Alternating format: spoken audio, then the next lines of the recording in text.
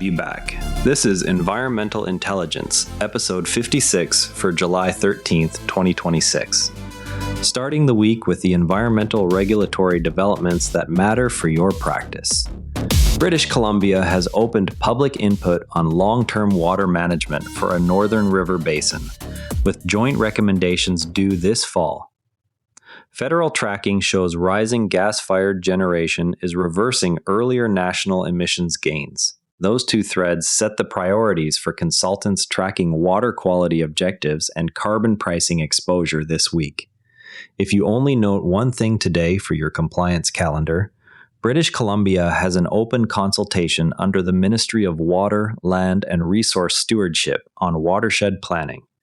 Submit input on management priorities for the basin this month with working group recommendations targeted for fall 2026. Consultants running Phase 2 ESAs or groundwater programs near river corridors in northern British Columbia are directly affected. British Columbia's Ministry of Water, Land, and Resource Stewardship has invited public input on a watershed plan for the basin. A working group will develop joint recommendations on long-term water management. The process directly engages water quality objectives that influence groundwater monitoring programs and contaminated site closure criteria in the region.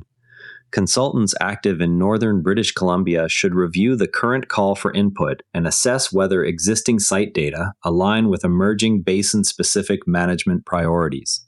No fixed comment deadline is stated, so early engagement is advisable before recommendations are finalized. What I find interesting here is how quickly ministry reviewers are folding these emerging objectives into site review expectations. Federal and provincial emissions accounting shows gas-fired generation increases are reversing prior national reductions. This development affects carbon pricing exposure and future compliance reporting for industrial sites in provinces reliant on gas power. No new regulatory instrument is announced, but project approvals and offset calculations will face heightened scrutiny. There's a nuance here worth understanding when a client's Phase 2 work plan for a former industrial property near a northern British Columbia river lists only standard CCME freshwater guidelines.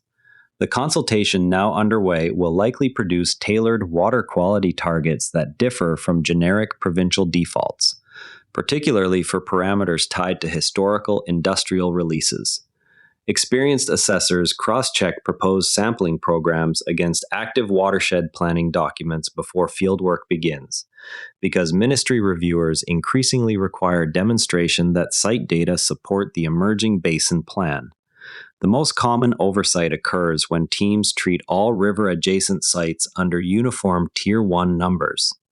The corrective step is to obtain the latest working group materials and adjust trigger values and monitoring frequency accordingly before the next sampling round.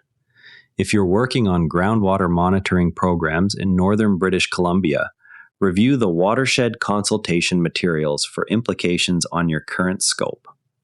Update site review templates to flag active watershed planning processes as a data gap check. Monitor Ministry of Water, Land, and Resource Stewardship announcements for the working group timeline and any interim water quality objectives.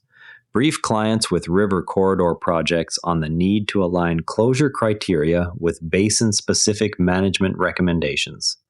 Mark your calendar for the ongoing British Columbia Watershed Plan consultation, where input should be submitted before working group recommendations. July 2026 brings the federal emissions reporting cycle for gas power facilities under existing carbon pricing rules. Fall 2026 is the expected release of joint water management recommendations from British Columbia. Tomorrow, watch for further detail on how the federal emissions accounting shift may alter offset calculations for gas-dependent projects. That's environmental intelligence for today. If this briefing is useful to your practice, share it with a colleague and subscribe wherever you get your podcasts. We'll be back with the next briefing. Have a productive day.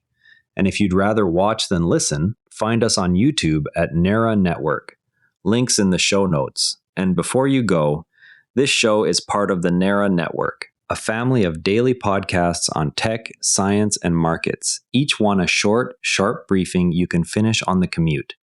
If today earned its place in your feed, here's your next listen.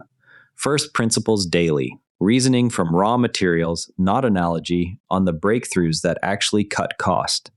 Find every show free at narrownetwork.com. The age of AI puts real builders on the phone with an AI host. Apply at narrownetwork.com/age-of-AI apply. This episode used AI voice synthesis of my voice. Editorial selection and analysis are my own.